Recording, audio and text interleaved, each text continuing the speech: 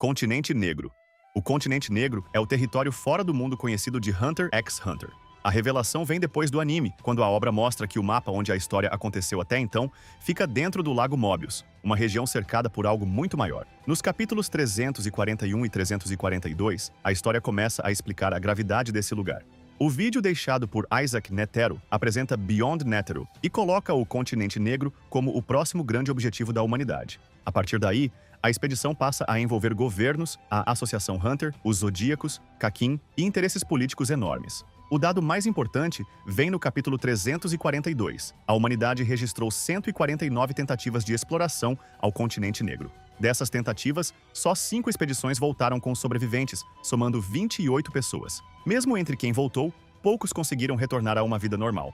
Esse número mostra a diferença de escala entre o mundo humano e o lado de fora do Lago Mobius. Cada uma dessas viagens bem-sucedidas trouxe uma das 5 calamidades: Brian, Helbel, Pap, Zobai e Ai. Sempre que humanos conseguiram trazer algo daquele território, também trouxeram uma ameaça difícil de controlar. A calamidade mais conectada à trama principal é Ai, uma forma de vida gasosa ligada ao desejo.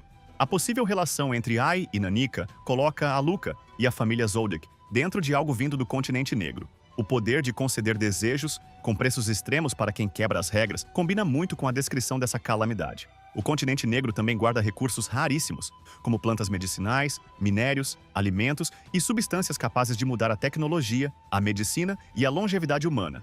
Isso explica o interesse de tantos grupos, mesmo com riscos quase suicidas. Outro ponto essencial são os Gatekeepers e os Guias. Para chegar ao Continente Negro, os humanos precisam passar por essas entidades. A travessia depende de autorização ou condução externa, sugerindo uma relação antiga entre o mundo humano e o território além do lago. As teorias principais envolvem a origem das criaturas mágicas, das formigas quimeras e de outras anomalias. O mistério do Continente Negro fica em aberto e amplia a geografia da obra, e tudo o que conhecemos pode ser só a região humana de um mundo muito maior. Don Freaks. Don Freaks é citado por Jing no capítulo 344, durante a explicação sobre o Continente Negro. Ele seria o autor de Journey to the New World, um diário escrito há cerca de 300 anos por alguém que explorou o contorno do Lago Mobius. O livro é importante porque funciona como um dos raros registros sobre o mundo fora do mapa humano. Em Hunter x Hunter, quase toda tentativa de explorar o Continente Negro termina em desastre, então qualquer relato vindo daquele lugar já teria um valor enorme. A parte mais estranha é que Journey to the New World teria 2 edições, Leste e Oeste. Até agora, só a edição Leste foi encontrada. Isso criou uma das teorias mais famosas da obra. Don talvez ainda esteja vivo no Continente Negro, escrevendo ou completando a outra metade do diário. Essa possibilidade parece absurda para um humano comum, mas o próprio Continente Negro envolve recursos ligados à longevidade, cura e fenômenos fora da lógica conhecida. Por isso, a ideia de Don ter sobrevivido por séculos continua em aberto. Também pesa o sobrenome Freaks. Don pode ser ancestral de Jing e Gon, o que colocaria a família do protagonista diretamente ligada ao maior mistério do mundo. Jing parece muito interessado nesse diário, e isso combina com tudo que ele representa: exploração, ruínas, enigmas e lugares que quase ninguém consegue alcançar. Ainda assim, a obra nunca confirmou que Don está vivo, nem que ele é parente direto de Gon. O mistério existe porque as peças são fortes demais para parecerem coincidência. No fim, Don Freaks deixa 3 perguntas centrais: como alguém explorou o Continente Negro por tanto tempo, o que existe na edição perdida do livro, e por que esse nome aparece justamente na família do protagonista. O plano de Beyond Netero. Beyond Netero é um dos personagens mais importantes da fase pós-anime de Hunter x Hunter. Ele é filho de Isaac Netero, o antigo presidente da Associação Hunter, e aparece ligado diretamente ao maior objetivo do mangá atual, a expedição ao Continente Negro. A primeira coisa importante é entender que Beyond já queria ir para lá há muito tempo. Ele chegou a participar de uma tentativa de exploração no passado, mas depois disso, foi impedido pelo próprio Isaac Netero. Enquanto o pai estivesse vivo, Beyond não poderia iniciar uma nova viagem. Quando Isaac Netero morre, essa trava desaparece. Beyond então surge publicamente ao lado do Império Kakin, um país que decide financiar uma grande expedição ao Continente Negro. Isso muda completamente o cenário político. A viagem passa a envolver governos, a Associação Hunter, os Zodíacos e a V5, que é o grupo de nações responsável por controlar o acesso ao Continente Negro. O estranho é que Beyond parece preparado para tudo isso. Quando os Zodíacos prendem ele para impedir que a situação saia do controle, Beyond não reage como alguém derrotado. Ele aceita a custódia com calma, porque mesmo preso, continua dentro da expedição. No fundo, a prisão coloca Beyond exatamente onde ele precisava estar. No navio rumo ao Continente Negro, cercado pelas pessoas que tentavam vigiá-lo. Outro detalhe suspeito é a ligação dele com Pariston. Antes da viagem acontecer oficialmente, Pariston já estava reunindo Hunters temporários e especialistas para trabalhar com Beyond. Isso mostra que o plano começou muito antes de Kakin anunciar a expedição. A parte mais complicada aparece bem depois no mangá, com Long. Ela revela que é filha de Beyond, e diz que existem vários outros filhos dele espalhados dentro de Kakin. Segundo ela, essas crianças teriam sido marcadas desde o nascimento com maldições Nen. Essas maldições funcionariam como armas escondidas. A ideia é que, quando um desses filhos morresse, a maldição atingiria alguém escolhido previamente. Long também acredita que um dos príncipes de Kakin pode ser filho biológico de Beyond, o que deixaria o plano ainda maior. Ainda não sabemos quanto disso é verdade. O mangá não revelou qual príncipe seria filho de Beyond, nem explicou o objetivo final dessas maldições. Mesmo assim, tudo aponta para uma preparação muito antiga. A pergunta real não é só o que ele quer encontrar no continente negro, e sim, o quanto da viagem já estava planejado antes de todo mundo perceber. O jogo de Pariston. Pariston Hill aparece no anime durante a eleição para presidente da Associação Hunter.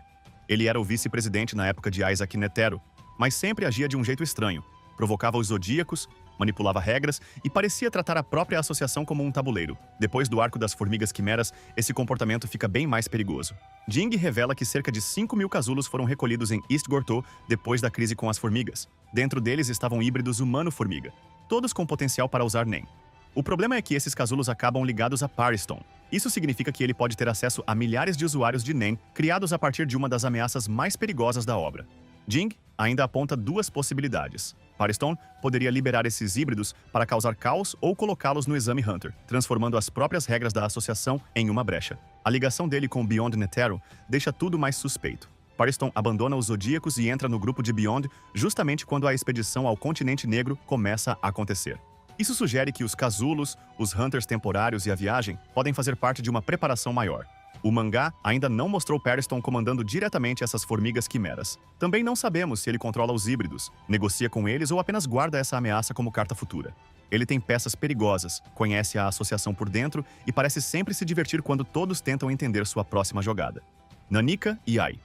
Nanika aparece no arco da eleição, dentro de Aluka Zoldyck, irmã de Killua.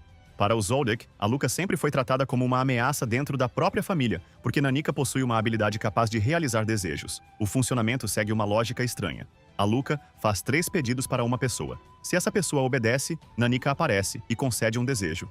Depois disso, os próximos pedidos ficam mais difíceis de acordo com o tamanho do desejo realizado. Se alguém recusa 4 vezes, a punição pode matar várias pessoas ao mesmo tempo.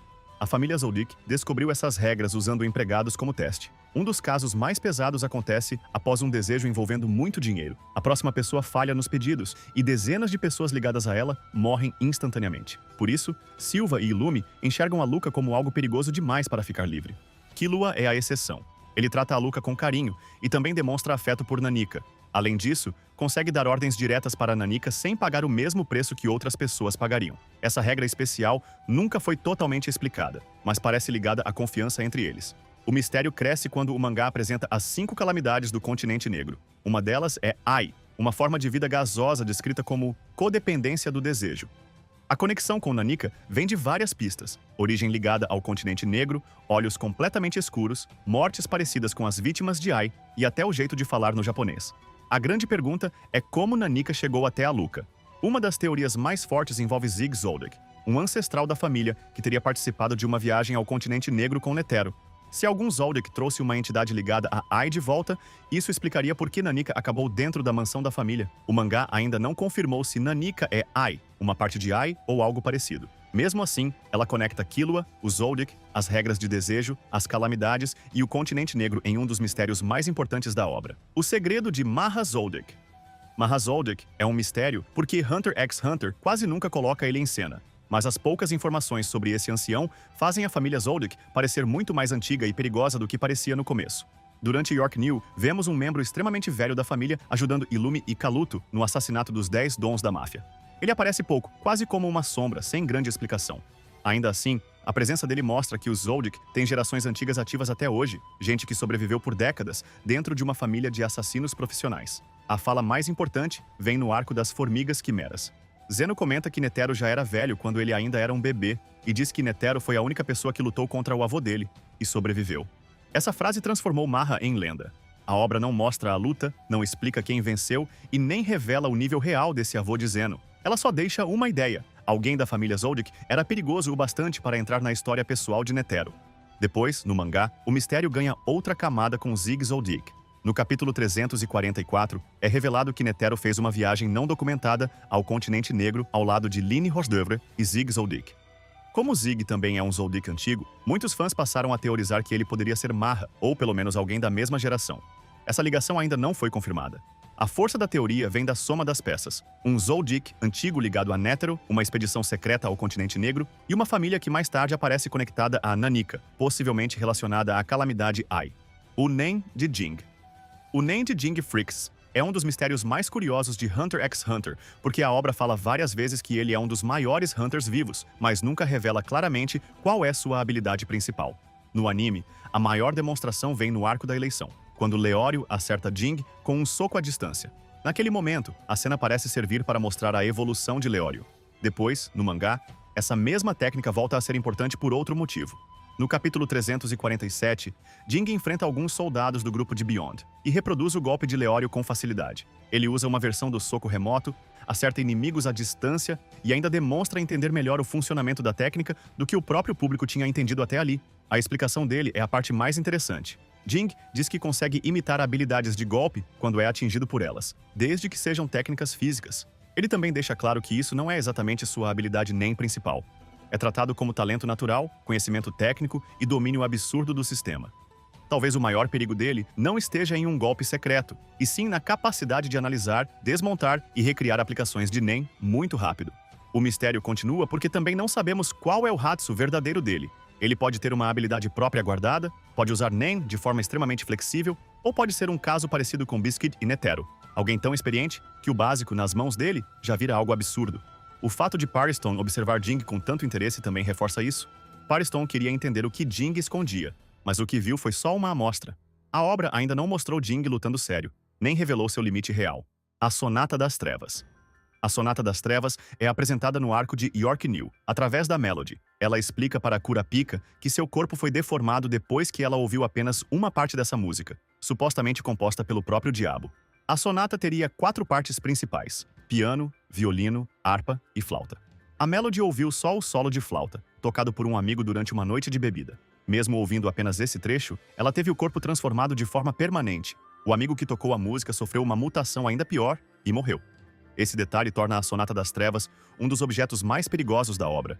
Um único movimento já foi suficiente para destruir 2 vidas. A composição completa nunca foi mostrada, então não sabemos o que aconteceria se alguém tocasse todas as partes ou se uma plateia inteira escutasse a música até o fim. Depois do incidente, Melody ganhou uma audição sobrenatural. Ela consegue ouvir batimentos cardíacos, perceber emoções e identificar mentiras pelo som do corpo das pessoas. A própria obra trata isso como uma consequência da sonata, o que deixa a maldição ainda mais estranha. Ela destrói o corpo, mas também pode despertar capacidades fora do comum. O objetivo da Melody é encontrar e destruir a partitura completa para impedir que outras pessoas sofram o mesmo destino. Isso significa que a sonata ainda existe em algum lugar do mundo, possivelmente dividida em partes ou guardada por colecionadores. Uma teoria muito comentada liga a Sonata das Trevas ao continente negro. A obra nunca confirmou essa origem, mas a ideia faz sentido pelo tipo de efeito que a música causa: deformação física, morte, alteração sensorial e uma maldição que parece ir além do Nen comum. Também existe uma teoria envolvendo Tseriednit, já que ele coleciona arte perturbadora, partes humanas e objetos grotescos. Como ele possui vários itens ligados a horrores raros, alguns fãs acreditam que a partitura poderia estar entre seus tesouros. Tseriednik e os Olhos Escarlates. Tseriednit Huiguhou aparece no mangá como o 4º príncipe do Império Kakin, uma das figuras centrais da Guerra de Sucessão. Para o vídeo, o mais importante é apresentar ele como alguém que junta 3 mistérios em um só: os Olhos Escarlates, o talento absurdo para Nen e uma possível colisão direta com Kurapika. A ligação com Kurapika começa quando Misa Stone mostra um vídeo da Dark Web com vários olhos escarlates sendo exibidos como itens de coleção. O dono desses olhos é Tseriednit. Isso já coloca o príncipe no centro da busca de Kurapika, porque ele possui parte dos restos do clã Kurta, tratados como peças raras por colecionadores. Tseriednit coleciona arte grotesca, partes humanas e objetos perturbadores. Ele representa exatamente o tipo de pessoa que transformou a tragédia dos Kurta em mercado. Alguém rico, poderoso e cruel o bastante para comprar sofrimento como decoração. No arco da sucessão, o mistério cresce quando ele começa a aprender Nen. Ele demonstra um talento anormal, evoluindo rápido demais para alguém que acabou de entrar nesse sistema. A própria Theta, sua professora, percebe o perigo e tenta impedir que ele continue avançando. Além da besta Nen criada pelo ritual dos príncipes, Tseriednit também desperta uma habilidade própria ligada ao estado de Zetsu. Quando fecha os olhos e entra em Zetsu, ele consegue ver uma previsão de 10 segundos. Depois, ao abrir os olhos, pode agir com base nessa visão enquanto as pessoas ao redor continuam reagindo, como se os eventos previstos ainda estivessem acontecendo. Essa habilidade ainda não foi totalmente explorada em combate, mas já parece uma das técnicas mais perigosas do arco. Ela combina com o próprio Tseriednit, um personagem obcecado por controle, percepção e superioridade. A grande teoria é que ele pode se tornar o pior inimigo de Kurapika dentro do navio. Ele possui olhos escarlates, está envolvido na guerra entre os príncipes, aprende Nen em velocidade absurda e tem uma habilidade que dificulta qualquer tentativa direta de assassinato. A obra ainda não confirmou se Tseriednit possui todos os olhos restantes, nem se ele guarda algo ligado diretamente a Pyro, mas com certeza ele será um dos personagens mais importantes para a evolução da trama de Kurapika. As bestas Nen dos príncipes. As bestas Nen dos príncipes aparecem no arco atual do mangá, durante a Guerra de Sucessão do Império Kakin. Os filhos do rei Nasubi entram em uma disputa pelo trono dentro do navio rumo ao continente negro, e cada um recebe uma criatura de Nen através de um ritual com a urna da semente. Essas bestas funcionam como guardiãs, mas seguem regras estranhas. Os príncipes não escolhem a aparência delas, não controlam tudo o que elas fazem e, em muitos casos, nem entendem o próprio poder. Cada besta Nen parece refletir a personalidade do príncipe: ambição, medo, crueldade, desejo de controle ou instinto de sobrevivência. Isso torna a guerra de sucessão muito mais imprevisível. Algumas bestas protegem, outras manipulam pessoas, criam condições específicas ou atacam de formas indiretas. O caso de Tseriednit é um dos mais perturbadores, já que a criatura dele combina com sua mente distorcida e com o tipo de ameaça que ele representa para Kurapika. A grande dúvida é até onde esse ritual vai. A urna da semente parece existir há gerações, moldando a sucessão de Kakin através de criaturas que nascem da própria natureza dos herdeiros. Isso faz a disputa pelo trono parecer menos uma competição política comum e mais um processo antigo, criado para revelar quem tem força, crueldade ou instinto suficiente para governar. Sheila é Pariston. Sheila aparece primeiro nas memórias de Kurapika, perto da vila do clã Kurta. Ela é encontrada ferida por Kurapika e Pyro, e deixa com eles o livro The Hunter, que aumenta o desejo de Kurapika de conhecer o mundo exterior. O estranho é que poucas semanas depois da saída de Kurapika, o clã Kurta é massacrado. Mais tarde, no mangá, Sheila reaparece no passado da trupe fantasma. Ela era uma criança de Meteor City, amiga de Chrollo, Pakunoda, Sarasa e dos membros originais. Isso coloca Sheila como uma ligação curiosa entre dois pontos centrais da obra: a origem da trupe e o massacre dos Kurta. A teoria mais famosa diz que Sheila poderia ser Pariston Hill. Os fãs apontam semelhanças visuais, o sorriso difícil de ler e o símbolo do rato. Sheila tem traços que lembram orelhas de rato, enquanto Pariston era o zodíaco do rato na Associação Hunter. Se a teoria fosse verdadeira, Pariston teria uma conexão muito mais antiga com a trupe, Kurapika, e talvez com os eventos que levaram ao massacre do clã Kurta. Até agora, nada disso foi confirmado. Mesmo assim, Sheila continua sendo uma peça suspeita demais para ignorar. A verdade do clã Kurta. O massacre do clã Kurta é a origem da jornada de Kurapika. O clã vivia isolado, principalmente por causa dos olhos escarlates, que ficavam vermelhos intensos quando seus membros passavam por emoções fortes. Com o tempo, esses olhos viraram itens raros no mercado negro. A versão conhecida é que a trupe fantasma invadiu a vila, matou os membros do clã e arrancou os olhos para vender. A brutalidade do ataque foi extrema.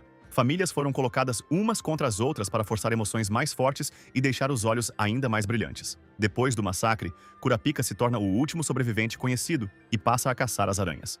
O detalhe que deixa esse caso mais estranho é a mensagem deixada no local: aceitamos tudo que você deixar, mas nunca tire nada de nós. Essa frase é associada a Meteor City, o lugar de origem da trupe fantasma. Isso sugere que o massacre pode ter carregado algum tipo de vingança, punição ou resposta a algo que aconteceu antes, em vez de ser explicado apenas pela venda dos olhos. O mangá aumenta essa dúvida quando mostra o passado das aranhas em Meteor City. Chrollo, Pakunoda, Uvogin e os outros cresceram em um lugar abandonado pelo mundo, onde pessoas sem registro eram descartadas. A morte de Sarasa ajuda a explicar como aquele grupo de crianças virou uma organização criminosa violenta. A presença de Sheila perto do clã Kurta pouco antes da tragédia também pesa. Ela conhecia Kurapika e Pyro, mas também aparece ligada ao passado da trupe. Isso cria uma ponte suspeita entre os dois lados da história. O mistério do clã Kurta está no motivo completo do massacre. A trupe roubou os olhos, mas a mensagem de Meteor City e a presença de Sheila indicam que ainda pode existir uma camada escondida por trás da tragédia. O retorno de Jairo. Jairo aparece durante o arco das Formigas Quimeras como o fundador de Neo Green Life, o país usado pela rainha para começar a formar seu ninho. No começo, ele parece só uma figura de bastidor, alguém ligado ao submundo e à produção de drogas. Depois, o mangá revela a história dele. Jairo teve uma infância brutal. Cresceu em um ambiente de abuso, abandono e trabalho pesado, até descobrir que a pessoa que ele mais respeitava nunca o amou de verdade. Essa quebra transforma Jairo em alguém movido por ódio contra a humanidade. Ele cria o país com uma fachada de nação naturalista, mas por baixo constrói uma estrutura criminosa.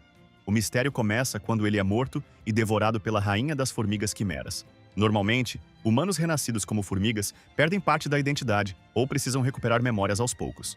Jairo funciona de outro jeito. Ele mantém a própria vontade com tanta força que abandona o ninho quase imediatamente. Jairo preservou o próprio ódio, a própria ambição e saiu antes mesmo de Meruem nascer.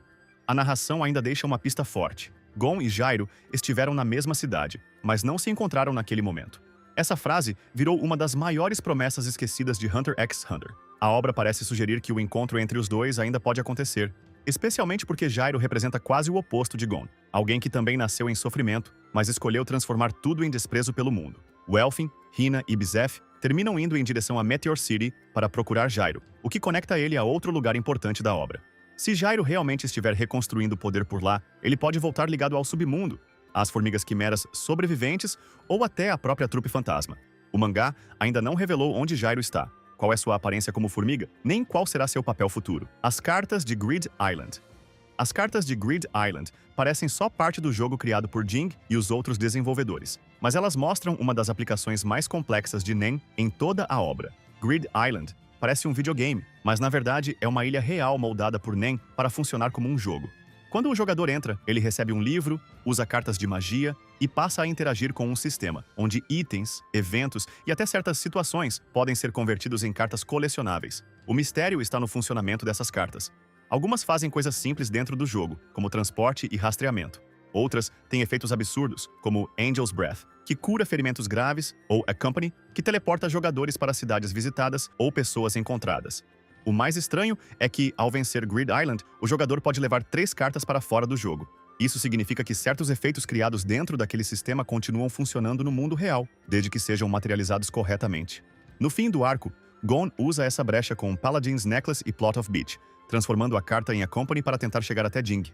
Essa cena mostra que as cartas não seguem apenas regras de jogo. Elas obedecem a uma estrutura de Nen cheia de condições, conversões e exceções.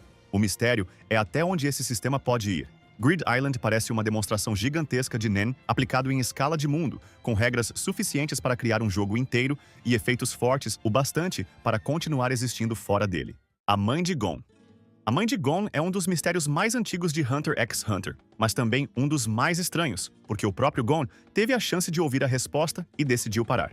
Depois da Torre Celestial, Gon e Killua voltam para a Ilha da Baleia e encontram uma caixa deixada por Jing. Dentro dela existe uma fita com uma mensagem gravada. Jing fala sobre o caminho que Gon precisaria seguir para encontrá-lo, e em certo momento começa a tocar no assunto da mãe dele. Porém, Gon interrompe a fita antes da explicação. Essa cena muda o mistério. Para o público, a pergunta continua. Quem era a mãe biológica de Gon? Para Gon, a resposta parece menos importante. Ele já enxerga Mito como sua mãe, porque foi ela quem criou, protegeu e brigou por ele desde pequeno. Isso também explica por que a obra nunca tratou esse segredo com tanta urgência quanto o paradeiro de Jing. Gon queria encontrar o pai porque isso representava aventura, desafio e descoberta. A mãe dele ficou em outro lugar emocional, uma ausência que o próprio personagem escolheu não investigar. As teorias mais famosas tentam preencher esse espaço. Alguns fãs ligam a mãe de Gon ao continente negro, outros imaginam que ela pode ter sido uma Hunter desconhecida. E existe até a teoria das pedras da gravidez de Grid Island, cartas capazes de gerar uma gravidez mesmo em homens. Essa última chama a atenção pela estranheza, mas tem um problema forte de linha do tempo. Grid Island parece ter sido criado depois que Gon já tinha nascido. O mangá nunca confirmou a identidade da mãe de Gon, nem indicou que ela esteja ligada a algum grande plano. Até agora, a informação mais importante talvez seja a reação do próprio Gon. Ele preferiu deixar a fita continuar sem essa resposta, como se dissesse que, para ele, mãe era quem esteve presente. O milagre de Kite. Kite, ou Kaito, tem um dos retornos mais estranhos de Hunter x Hunter. Durante o arco das formigas quimeras, ele enfrenta Neferpitou para proteger Gon e Killua, mas acaba morto. Depois disso, seu corpo é usado como marionete por Pitou, o que faz Gon acreditar por muito tempo que ainda poderia salvá-lo. A surpresa vem depois da morte da rainha das formigas quimeras. Colt encontra uma criança recém-nascida, tratada inicialmente como irmã gêmea de Meruem. Mais tarde, é revelado que essa criança carrega as memórias e a identidade de Kite. A dúvida começa aí. As formigas quimeras já tinham mostrado casos de humanos renascendo como formigas e recuperando memórias da vida anterior. O caso de Kite segue parte dessa lógica, mas tem detalhes estranhos. O corpo dele estava com Pitou, e mesmo assim, sua consciência aparece em outro corpo, nascido da rainha. É aqui que entra a teoria envolvendo Crazy Slots, a habilidade Nen de Kite. No capítulo 335, Jing comenta que existe um número dentro da habilidade que só aparece quando Kite realmente não quer morrer. Ele sugere que, se Kite está vivo de alguma forma, talvez isso tenha relação com esse número especial. O mangá nunca mostrou qual número foi esse, nem explicou exatamente o efeito. Pode ter sido uma habilidade de sobrevivência, uma forma de preservar a alma, ou apenas um gatilho que permitiu a reencarnação através da rainha das formigas quimeras. A obra deixa a resposta em aberto. O retorno de Kite é curioso por causa disso. Ele mistura a biologia das formigas quimeras, memória, alma e uma habilidade Nen que ainda não foi totalmente revelada. A pergunta principal continua sendo: Kite voltou por causa da natureza das formigas, por causa do Crazy Slots, ou pela combinação dos dois? A origem de Hisoka. Hisoka é um dos personagens mais conhecidos de Hunter x Hunter, e também um dos que menos tem o passado explicado dentro do mangá principal. Ele aparece no Exame Hunter já com visual de mágico, personalidade imprevisível, obsessão por lutar contra pessoas fortes e duas habilidades marcantes, Bungee Gum e Texture Surprise. O mistério vem justamente dessa falta de origem. A obra mostra como Hisoka age, o que ele deseja e como escolhe seus alvos, mas quase nunca explica de onde ele veio, quem treinou ele, quando aprendeu Nen ou por que adotou essa estética de palhaço. Existe um material famoso chamado Hisoka's Past, escrito e desenhado por Sui Ishida, autor de Tokyo Ghoul. Esse one-shot imagina uma origem para Hisoka, mostrando ele antes dos eventos principais e tentando explicar elementos como o visual de mágico e a criação de suas habilidades. O ponto importante é que esse one-shot precisa ser tratado com cuidado. Ele foi reconhecido por Togashi e existe como material oficial publicado, mas o mangá principal de Hunter x Hunter nunca confirmou aquela história como parte definitiva do cânone. Nessa história, um Hisoka mais jovem é encontrado caído em uma cidade conhecida por seus espetáculos. A partir daí, o one-shot tenta explicar alguns elementos do Hisoka adulto. Ele aprende sobre Nen, descobre que é do tipo transmutação, e desenvolve uma habilidade com propriedades de borracha e chiclete, o Bungee Gum. Ele acaba acolhido por Moritônio, líder de uma trupe de artistas, que percebe o talento do garoto para truques de mágica. A estética de mágico também ganha mais contexto, já que essa versão de Hisoka passa um tempo em um ambiente de circo, apresentações e ilusionismo. A história também mostra Moritônio, escondendo um lado assassino. Hisoka percebe a verdade, enfrenta o próprio mentor e o mata usando a habilidade que acabou de criar.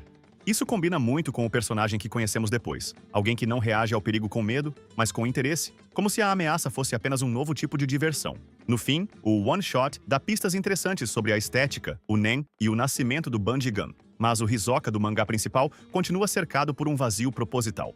Ele parece menos um personagem explicado pelo passado, e mais alguém que escolheu viver apenas pela próxima luta. O topo da Torre Celestial.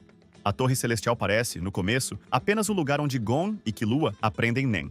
Eles sobem andares, enfrentam lutadores mais fortes e chegam ao 200º andar, onde a obra revela que dali para cima as lutas envolvem usuários de Nen. Só que o sistema da torre vai muito além do treinamento dos protagonistas. No 200º andar, um lutador precisa acumular vitórias suficientes para ganhar o direito de desafiar um Floor Master, um mestre de andar. Quem vence recebe um andar próprio entre o 200º trigésimo e o 200º quinquagésimo, como se a torre tivesse uma elite inteira escondida no topo. O curioso é que quase nunca vemos essa elite.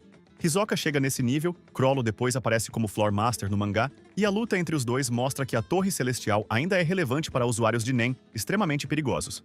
Mesmo assim, a obra nunca explora quem são os outros mestres, que habilidades possuem ou como esse sistema se mantém funcionando. Também existe a Battle Olympia, um torneio especial entre os mestres de andar. O vencedor ganha o direito de morar no andar 251, o ponto mais alto da torre. Isso sugere uma hierarquia de lutadores que Hunter x Hunter apresentou cedo, mas deixou quase inteira fora da tela. O mistério da Torre Celestial está nessa estrutura incompleta. A obra apresentou um sistema enorme, com regras próprias, andares dominados por lutadores de elite, desafios oficiais e até um torneio reservado aos mestres de andar. Mesmo assim, quase tudo isso ficou fora da tela. Isso deixa a torre com cara de promessa abandonada.